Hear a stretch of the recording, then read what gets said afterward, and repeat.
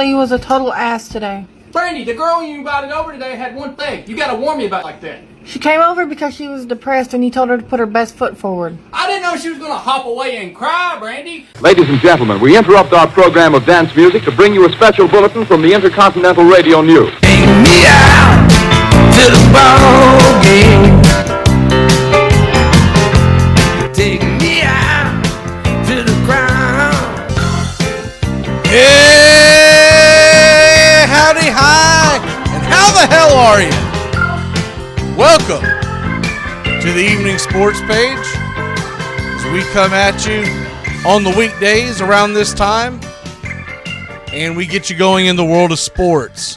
First thing is first, everyone calm down about the Major League Baseball lockout.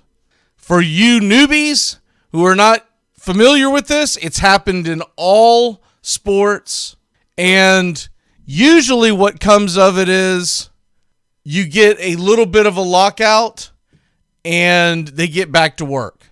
Now, the difference between Major League Baseball and basketball, hockey, they have really long off seasons. Their off season just began. So the lockout began. I would have preferred this lockout actually begin right after the World Series. You wouldn't have any players signed and you would have seen a lot more urgency. Now most of your big names have signed, and we'll just see how that affects everything. But when it's all said and done, they're fighting over a couple of main things. And I think the main one that you're going to see that's going to be the pushback on both sides, Major League Baseball wants to keep the players' service time the same before they become free agents. Major League Baseball players want to be free agents much earlier. And you can see why the players would want this. When you're talking about 6 years of service time, once they hit the bigs, a lot of these guys are almost 30 years old. And these same teams with their analytics departments don't want to pay anybody when they start reaching that age threshold or maybe a little later, because the analytics show that their numbers are going to taper off. So with that being said, you can see why the players want to have this happen, have a shorter, they want 4. I think what you're going to end up when it's all said and done is probably 5. It's 6 now. The players want 4. I think the owners are going to say that's too soon. It's going to make the small markets impossible. And if you go to 4, then you're going to have a hard salary cap.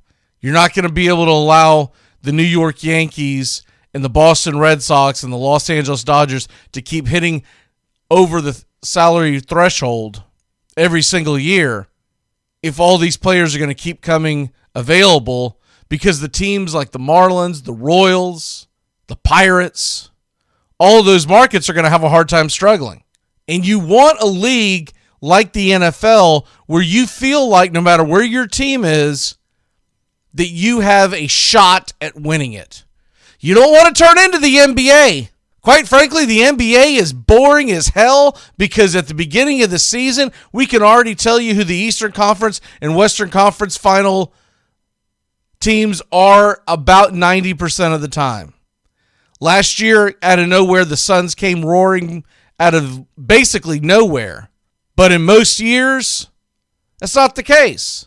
So you want a sport where no matter where your fans sit, they feel like they have a shot, and that it's not just the Lakers. It's not just the Heat. It's not just the Brooklyn Nets. So that's what we're looking at in Major League Baseball. They want teams to be able to compete across the board, but the players are worried about their money, and rightfully so. And one thing I will say is the letter sent by Rob Manfred from the commissioner's desk of Major League Baseball is a bunch of phony crap. He thinks he can lawyer himself and side speak himself into making fans believe his mumbo jumbo. I will copy and paste it and put it into the thread of this broadcast. So if you want to read it, it's really lengthy, so I don't want to sit here and go word for word. But basically, it's the old, we're working hard to find a compromise. This is hard for us. It's a sad day in baseball, blah, blah, blah, but we will be back, blah, blah, blah, blah, blah. Between him and Tony Clark, the biggest stumbling block that I see is that we have two men who are more worried about their egos and not worried about the greater game, the greater good of the game. Now, I'm going to give you an example. Max Scherzer is one of the CBA or one of the MLBPA representatives negotiating the CBA, which just basically it means he's one of the players, one of the veteran players who sits in the room and sits on the calls and gets up to the minute, basically gets caught up to speed so he can tell the group of players that he's in charge of going back and reporting to. So he's not really doing much of the negotiations. The negotiations being done by Tony Clark and then, of course, the lawyers who are going to cross the T's and dot the I's. But that guy just got paid $43 million a year. He's set. The question for a Max Scherzer is, are you going to be looking after the young buck who is coming up, whether it's one of your teammates or just another player for another team in Major League Baseball, and what his future will be like so that you don't wreck the whole damn thing and piss off the fans? The thing that will piss off the fans is if we miss games. If we miss games, the fans are going to be pissed. So in other words, you need an agreement by mid-February when catchers and pitchers report so that spring training starts on the right time, on the right foot, and we get going.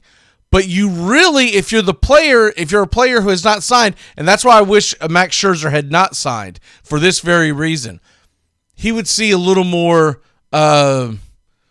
urgency to do it. Max Scherzer has signed his contract and he's in there negotiating. They need more guys who have not signed in there negotiating. What about the Freddie Freemans of the world, the Anthony Rizzos? If they're in there on the calls, they're looking at their future, their immediate future, and saying, I want to get this done by Christmas. I think the best scenario for everyone involved is that this gets done shortly after Christmas. I don't think it's going to get done by Christmas. I'm going to be perfectly honest with you. I don't think it gets done by Christmas because I know how these labor negotiations go. They'll take the entire weekends off. They will not work around the clock. That's just the way they are. They are not hard-working, round-the-clock kind of guys that are in those rooms. They're going to take their long lunch breaks. What they meant for 7 minutes the other day. So you can put that to rest. But I think somewhere shortly after Christmas would be ideal. If you start getting closer to, like, we'll say the Super Bowl, that's not a good look for baseball. And we move on from there. Let's head into the National Football League as they do have games tonight, or a game, a pretty big game, as it's the Cowboys and the Saints. One quick note before I leave baseball, you will notice if you go to MLB.com, you won't see any players' likenesses. You won't see any of the big deals being talked about because they are restricted because of the CBA. So to get that kind of content, you're going to have to go to other websites. All right, so you got the Cowboys and you got the Saints, and you've got a game in which, look, as far as the standings go, the Saints they're still in it. They're 5-6. If you look at the conference records, they are middle of the pack. They're 5-6 along with, 1, 2, 3. There's 4 of them sitting at 5-6, 2 at 5-7. And then the 49ers are sitting pretty at 6-5. Now, there's still a long way to go. We still have 6 games left, 7 weeks left in the National Football League season. I think that's right. We're entering week 13, 14, 15, 16, 17, 18. No, so 6 weeks. We have 6 weeks left. 6 weeks total left. Some teams have 6 games left. Some teams have 5 games left if you still have a bye. There are still byes all the way through next week. So we're still dealing with byes. But you look at the Saints, they're middle of the pack. They're going to have to play very well down the stretch. They get the Cowboys at home tonight. It looks like Taysom Hill is going to give it a go. Remember, he's got the foot issue, but it looks like he's going to give it a go. And they'll get the Cowboys tonight. They're at the Jets, at the Bucks, at home against the Dolphins and Panthers, and at the Falcons. So 4 of their last 5 games are very, very manageable type wins if the Saints can get any kind of offense. Problem is they've looked terrible on offense since Jameis Winston's been injured. So we'll see if Taysom Hill can give them some kind of a giddy up, give them... He's still a limited quarterback, but he might be able to move the ball down the field, and the Saints defense might be able to tough it out and get a couple of W's. If they do make the playoffs, I do believe they're a one and done. You got to figure that the Saints are going to lose at the Bucs in a couple of weeks. This game would be huge for the Saints if they win. If they lose, they drop to 5-7, and then they are at the mercy. They could be doing a lot of scoreboard watching over the next several weeks if that becomes the case. Now the Cowboys, they're on the road, but they'll be the favorites. We'll get into the Lions here in a second. They are going to play at the Saints, at the Washington football team, and then at the Giants. It's 3 consecutive weeks where they will be on the road. They have 4 road games left total, as the final game of the season is at the Eagles. In between that, they will be at home against Washington and the Cardinals. These are very, very winnable games for the Cowboys. I think they really need this win tonight against the Saints. Right now, they're 7-4. They're going to have a tough road because when they play at Washington and at the Giants, even though they're going to get 10 days off in between tonight's game and the Washington game, that is a division game, and those teams will play each other very tough, and it'll be on the road. Same thing with the Giants. Even with the Giants flailing and not having a very good season, it's going to be a road game. It's not going to be an easy feat. So you've got the Cardinals coming to town. This Dallas team, what they're looking at more than anything else, I believe, if you're looking at the Dallas Cowboys, is they've got a pretty good handle on the NFC East.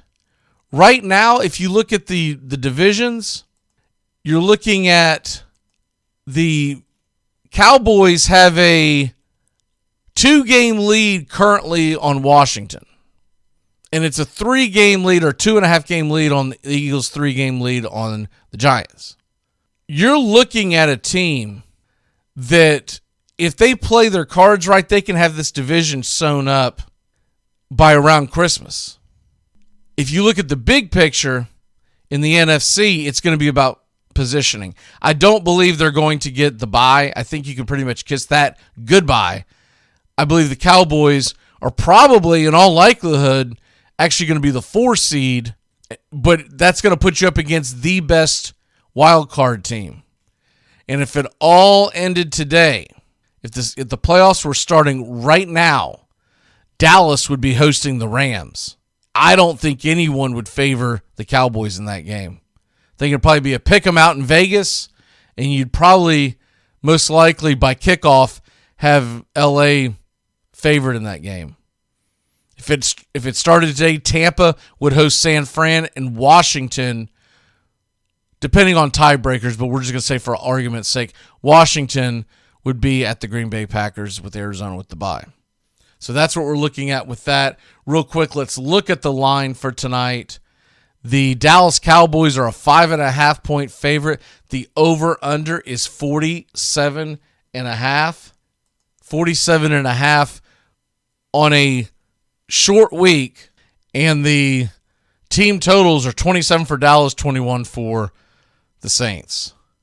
We'll take a look at the props here in a second, but right now, what I like in this game, it's actually, the line's moved up on some sites to 6 points, but what I like right now on this game is I think Dallas will cover this spread. I think they're definitely going to go on there and put it on the Saints. So the -6 is the one that I would lean with the most. I kind of like Dallas to get over the 27, but the Saints do play solid defense, and I think they're going to try to take the air out of the ball, so that could have a big factor on what happens there. As far as player props that I like, keep an eye on the game time decisions for Amari Cooper. His over-under for yardage is pretty low, but the ones that I'm going to lean into, Taysom Hill's over-under passing yards right now is sitting at 219.5 yards. I like the under on that. I don't think Hill gets anywhere close to that, to be perfectly honest with you. I believe that they're going to be very conservative. They're going to try to run. They're going to try to lean into the defense. They're going to try to shorten the game, and that does not spell Taysom Hill chucking it all over the place. The other one that I like, and it kind of goes hand in hand with this, Mark Ingram, 49.5 yards is the over-under for rushing for Mark Ingram. I think he gets the over. Alvin Kamara is out. Tony Jones proved to be absolutely worthless last week. And I think Mark Ingram is going to get enough carries to get to that 49.5. It'll be close. But I think he'll get over that 49.5 yard margin. I think he'll probably get 15 carries. And if he can average 4 yards a carry, you'll have it in the bag. And on this date in sports history, we go all the way back to 1951. Future Pro Football Hall of Fame wide receiver Don Hutson has his number 14 retired. And this was a new thing back then. He becomes the very first Green Bay Packer to have his number 14 retired. Who is Don Hutson? He was the first star split in the National Football League, today known as a wide receiver.